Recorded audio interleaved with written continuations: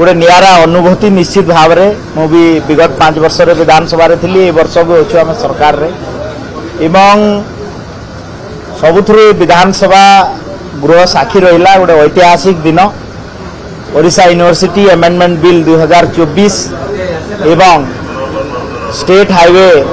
authority bill 2025 ये दुईटा एक बिल विधानसभा पारित करिछि एवं ओडिशा यूनिवर्सिटी अमेंडमेंट बिल 2024 आम पाखापाखि 12.5 घंटा 4टा बेलू आरंभ है राति तमाम 12.5 घंटा ये बिल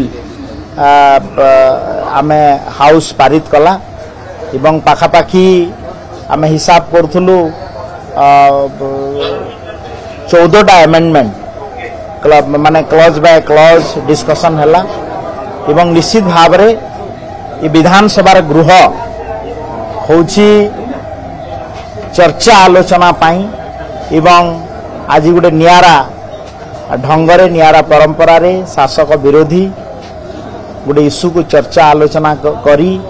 गोटे मूलदुआ पकईले यूनिवर्सिटी को एवं हायर एजुकेशन क्षेत्र में आगो को नेवा पाई एवं एथिरे विशेष करी आपण माने देखिबे जे